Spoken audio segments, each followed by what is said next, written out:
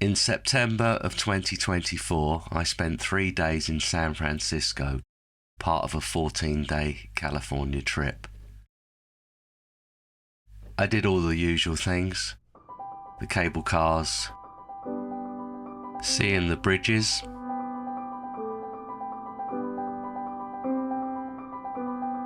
and the sea lions at Pier 39. And then I left Alcatraz to my final day.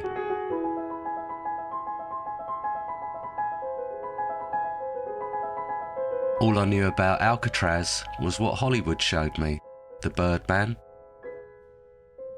the Escape, and the Rock. Little did I know that when I went to the island, I'd learn a lot more.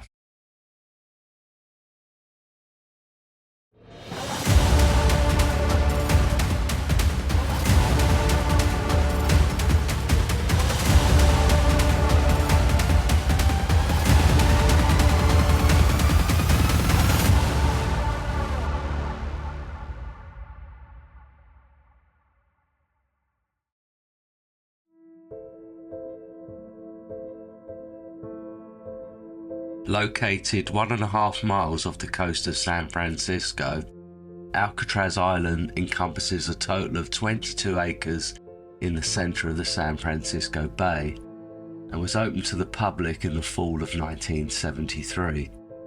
Alcatraz is one of America's most popular national park sites and currently welcomes more than 1.4 million visitors each year.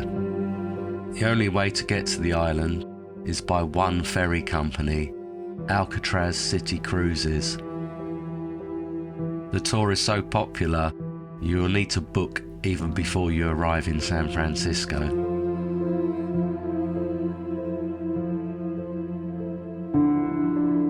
The weather can change in an instant, and the fog can roll in when you least expect it.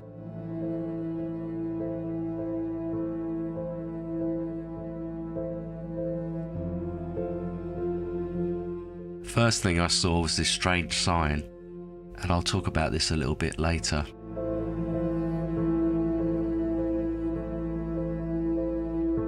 There's a lot of walking, and it's uphill mostly, and I walked past the tower and towards the guardhouse.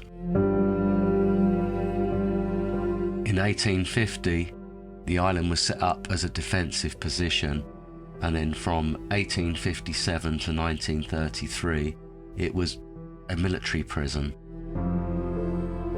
This howitzer remains and points out through the sally port.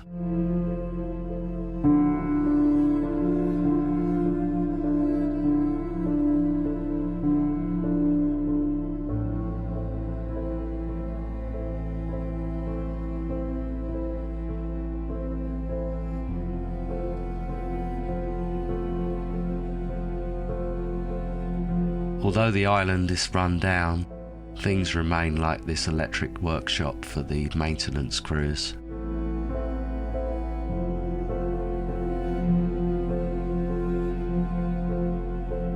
This is the prison director's office, and where all the administration would have been carried out. This is the prison officers' accommodation, where most likely they would have brought their families. Below the water tower is this power station.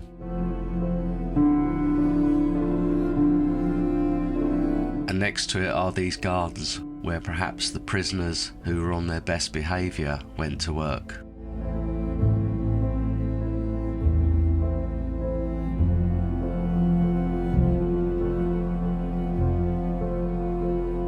The first port of call for any prisoner was the shower block.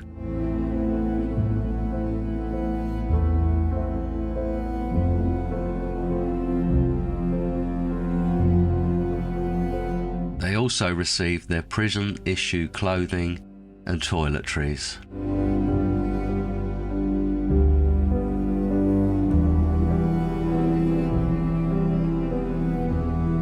This is also where I picked up my tour guide headset.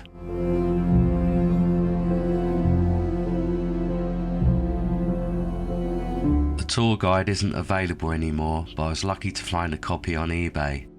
I'll be sharing the voices of the guards and the prisoners throughout the rest of this film. You should now be standing next to the sign that says, Alcatraz Lighthouse Tour begins here. Up some stairs, and then we're heading for Michigan Avenue.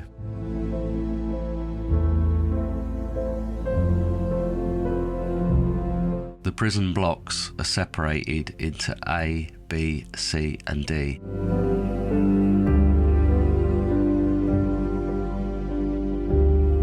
And along Michigan Avenue is our first stop.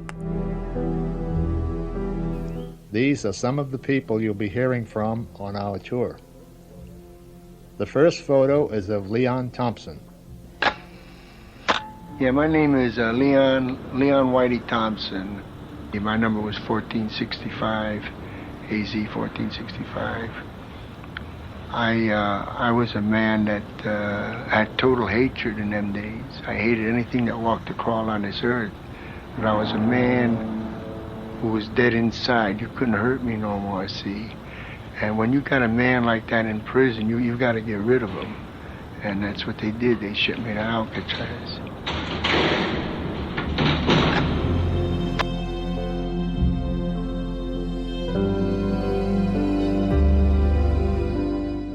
Locate the cutoff on your right, leading to A block.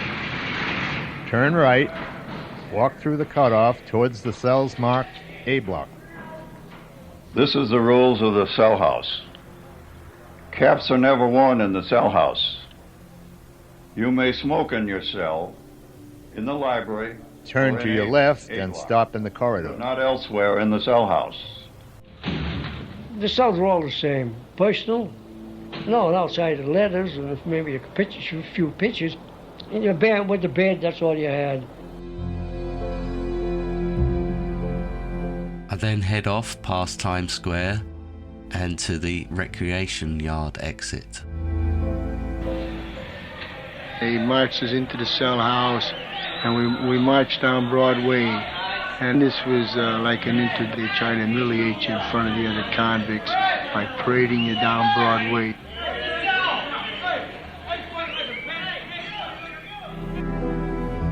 Alcatraz was designed to serve as a symbol and as a warning to criminals. Interestingly enough, though, the prison was never filled.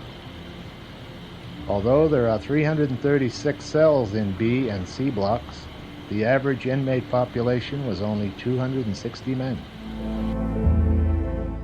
You couldn't beat Alcatraz for the beautiful view there. You had the Golden Gate out there, in the fresh air, see all the ships that come in. So there was never a day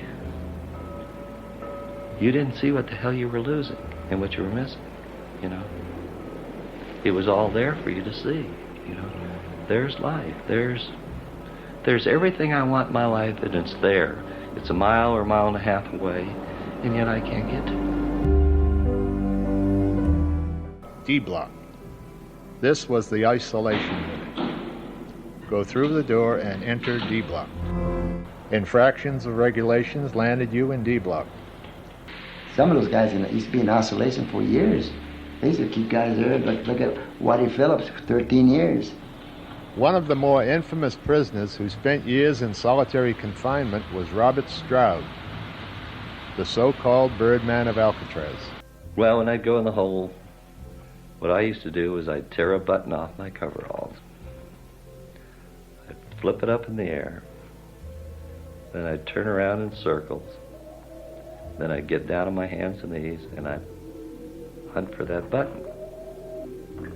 Then when I found the button, I'd stand up and I'd do it again. Bernie Coy was a Kentucky bank robber. He used his job distributing library books to move about the prison and to work out an escape plan with 5 other prisoners. They were Sam Shockley, Clarence Carnes, Joe Kretzer, Myron Buddy Thompson, and Marvin Hubbard. You cannot take away from a man the thought that he wants his freedom. You should now be on Michigan Avenue. Turn right and look for the lighted cell of Frank Lee Morris, cell number 138. Frank Lee Morris and two brothers, John and Clarence Anglin, managed to do what some said was impossible. The three escaped from their cells and from the cell house and from the island on the night of June 11th, 1962.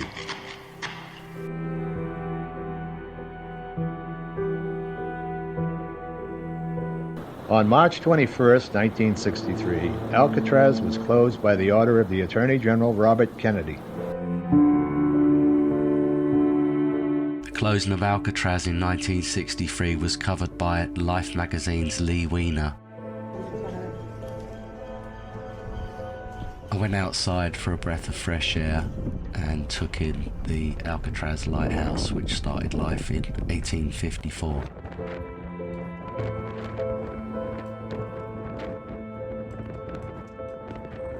Back inside, I checked out the visitation windows. The inmates called it Pekin Place. When they'd written me that letter and said, you know, you're dead, don't ever come back, we've told your sister you're dead, the whole bit, you know. I'd been there at the Rock 7.5 years.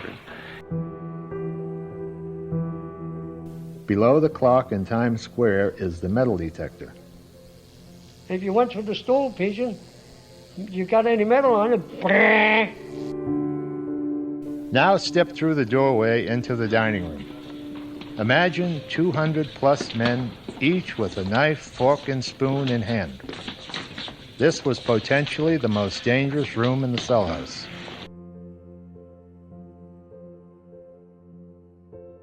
And this is the guard room where the visitors would pass through to get to the visitation windows.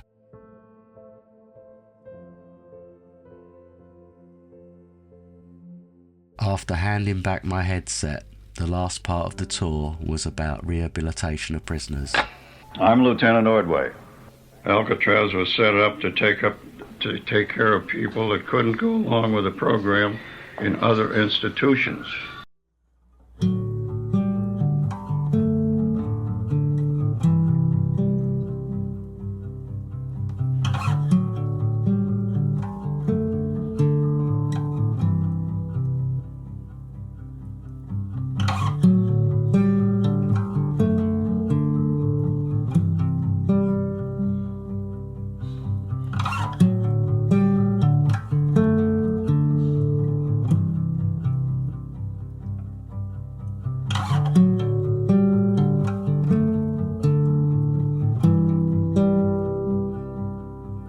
On my way back out on the other side of the guardhouse, tucked away on this little ramp, is something I didn't expect and wasn't very well highlighted on the tour.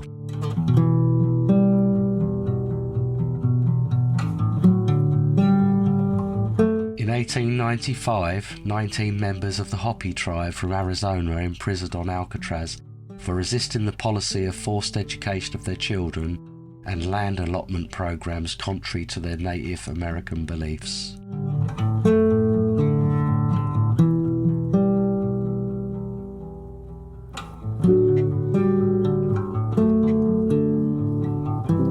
This information seemed tucked away, and very few people went into the area to look at these posters.